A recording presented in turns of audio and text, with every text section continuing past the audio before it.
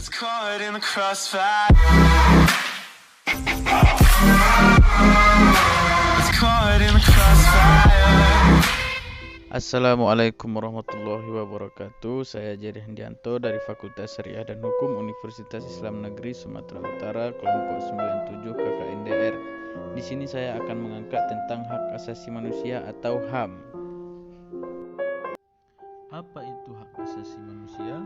Hak asasi manusia adalah hak yang melekat pada manusia sebagai anugerah Tuhan yang wajib dihormati, dijunjung tinggi, dan dilindungi oleh negara, hukum, dan semua orang.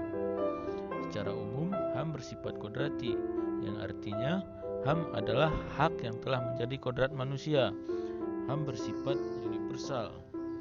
HAM secara umum berlaku di seluruh dunia dengan tetap menghormati adat istiadat dan budaya negara masing-masing.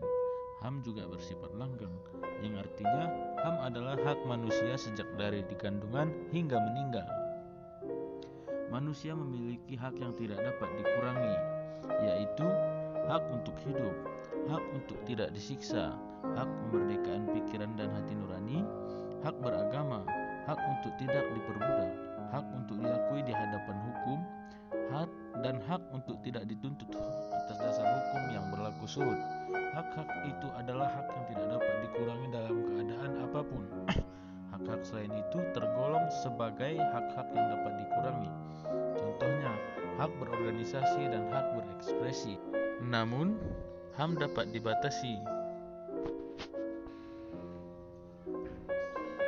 Hak seseorang dapat dibatasi oleh undang-undang. Misalnya, setiap orang berhak memiliki tempat tinggal, dan orang lain tidak berhak menggusur atau mengganggu tempat tinggal orang lain sewenang-wenang, walaupun itu untuk membangun tempat tinggalnya sendiri.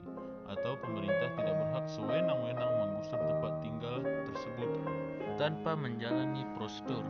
Untuk menjamin hak asasi manusia, negara dan pemerintah wajib melindungi, memajukan, menegakkan, dan memenuhi hak asasi manusia. Dan setiap orang wajib menghormati HAM, artinya tidak boleh melakukan tindakan atau mengganggu HAM orang lain. Misalkan, hak untuk beribadah secara bebas dan tidak boleh diganggu. Negara berkewajiban melindungi HAM, artinya ketika ada pihak lain yang mengganggu HAM, negara wajib memberikan perlindungan. Contohnya, ada orang yang sedang menyampaikan hak berekspresi, lalu ada orang yang mengganggu, maka negara, misalnya polisi, harus melindungi hak orang yang menyampaikan ekspresinya itu. Negara berkewajiban untuk memenuhi HAM, artinya negara harus mengambil langkah-langkah supaya setiap orang dapat menikmati HAM dari waktu ke waktu. Contohnya, hak anak atas pendidikan. Maka negara wajib menyediakan gedung sekolah yang layak, guru yang berkualitas, dan mata pelajaran yang bermutu. Selain itu, setiap orang wajib menghormati hak asasi orang lain dan tertib dalam bermasyarakat.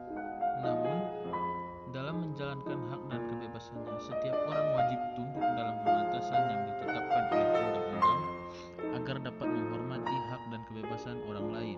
Apabila seseorang atau sekelompok orang atau aparatur negara dengan sengaja atau tidak sengaja mengurangi, menghalangi, membatasi, atau mencabut hak orang lain, maka hal tersebut adalah pelanggaran hak asasi manusia. Pelanggaran hak asasi manusia akan menjadi akar dari segala permasalahan dari suatu negara. Mari kita ciptakan dunia tanpa kekerasan dan diskriminasi, saling menghormati dan menghargai sesama manusia.